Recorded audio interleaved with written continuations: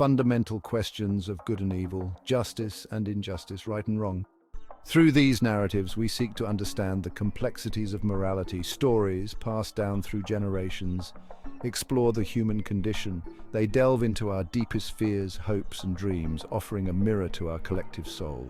These archetypes are not just random images, but are deeply ingrained in our psyche. They emerge in myths, dreams, and literature across cultures. These recurring symbols and themes connect us to our ancestors and to each other. One powerful archetype is the devil, representing the forces of darkness and evil. This figure appears in various forms across different cultures and epochs. The devil archetype, in its various forms, embodies our deepest fears and anxieties. It is a symbol of the unknown and the chaotic forces that lie within us. By studying this archetype, we can confront these fears head-on. This process of confrontation and understanding is essential for personal growth and self-awareness. The devil in Jungian psychology is an expression of the shadow. This is an unconscious aspect of the personality. It contains the parts of ourselves that we reject or repress. The shadow is instinctual and often associated with negative traits like selfishness, aggression, and destructiveness. However, it is not inherently evil. The shadow, like the devil archetype, serves a vital function in our psyche. It challenges us to confront our darker impulses. By acknowledging and integrating our shadow, we can achieve greater wholeness and psychological balance. Ignoring or suppressing it, on the other hand, can lead to neurosis and destructive behaviors. The devil archetype, therefore, serves as a reminder to acknowledge the entirety of our being. The devil archetype takes on various forms across cultures and religions. Each culture has its own unique representation of evil, often reflecting the fears and moral struggles of the society. In Babylonian mythology, Tiamat, the primordial goddess of chaos, represents the destructive forces of nature. She is often depicted as a monstrous sea serpent or dragon, embodying the untamed and chaotic aspects of the natural world. The ancient Egyptians feared Apophis, a serpent-like deity who sought to devour the sun god Ra and plunge the world into darkness. Apophis was seen as the embodiment of chaos and evil, constantly threatening the order and harmony maintained by Ra. Zoroastrianism, an ancient Persian religion, introduced the concept of dualism with Ahriman, the evil spirit, opposing Ahura Mazda, the god of light and truth. This cosmic struggle between good and evil is central to Zoroastrian belief, influencing later religious traditions. Hindu mythology features powerful demons like Mahishasura, who was defeated by the goddess Durga after a fierce battle. These stories symbolize the triumph of good over evil, and Ravana, the 10-headed demon king from the epic Ramayana, who challenges the cosmic order and is ultimately vanquished by the hero Rama. Taoism, with its emphasis on balance, depicts evil as an imbalance in the natural forces of yin and yang. This philosophy teaches that harmony can be restored by realigning these forces. Gnosticism, a mystical tradition, views the demiurge, the creator of the material world, as an ignorant and flawed being responsible for suffering and evil. This belief highlights the duality between the material and spiritual realms, emphasizing the quest for higher knowledge and enlightenment. Despite their diverse forms, these devil archetypes share striking similarities. They represent chaos opposing order, darkness challenging light, and ignorance battling wisdom. These archetypes embody the human struggle with temptation, morality, and the consequences of our actions.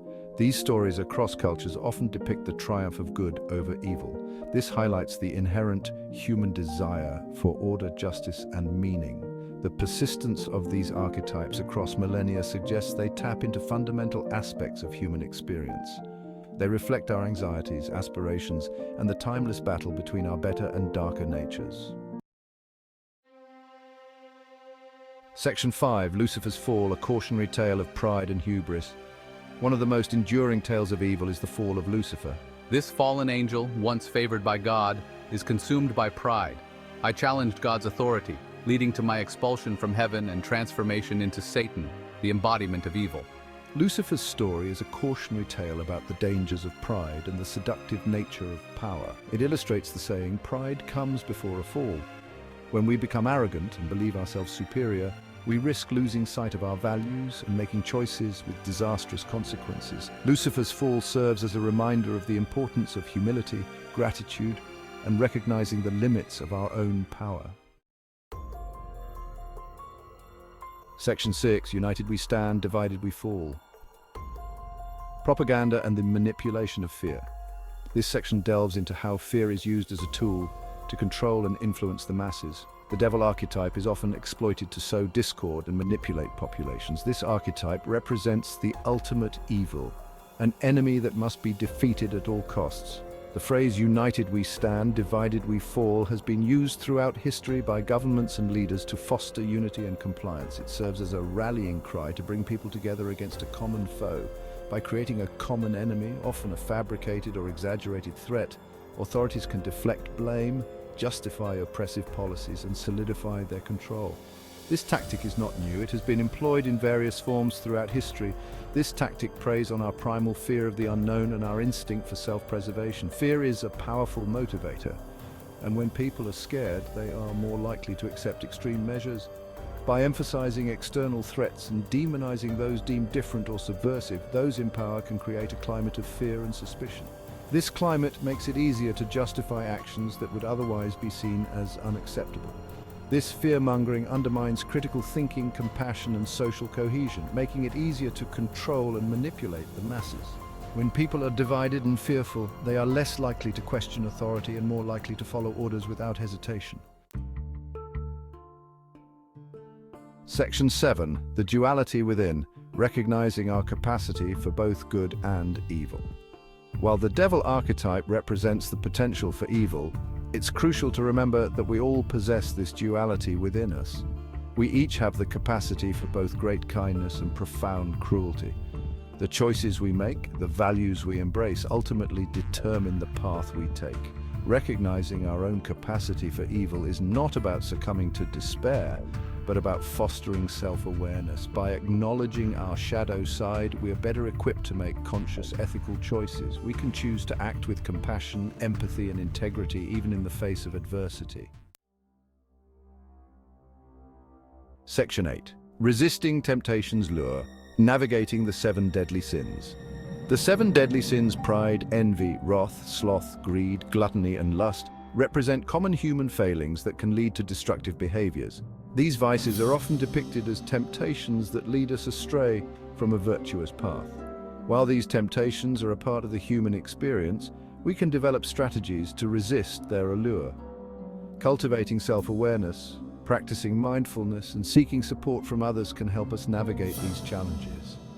By focusing on cultivating virtues like humility, gratitude, compassion, and self-control, we can make choices that align with our values and contribute to a more fulfilling life.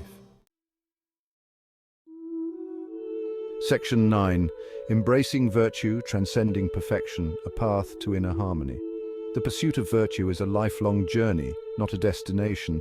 Instead of striving for unattainable perfection, we can focus on making small, consistent efforts to live in accordance with our values. This means cultivating self-awareness, practicing compassion, and making amends when we falter. Embracing our imperfections is crucial to this process. We are all works in progress, capable of learning and growing from our mistakes. By accepting our humanity, flaws and all, we can approach life with greater compassion for ourselves and others. Section 10. Conclusion. A Jungian perspective on the enduring struggle. Carl Jung wrote, "The meeting of 2 personalities is like the contact of 2 chemical substances. If there is any reaction, both are transformed." The devil archetype in its many forms serves as a catalyst for transformation. By confronting our shadow side, acknowledging our capacity for both good and evil, and striving for virtue, we embark on a journey of self-discovery and growth. This ongoing struggle shapes us into who we are, revealing the complexities of the human experience and the enduring power of choice in shaping our destinies.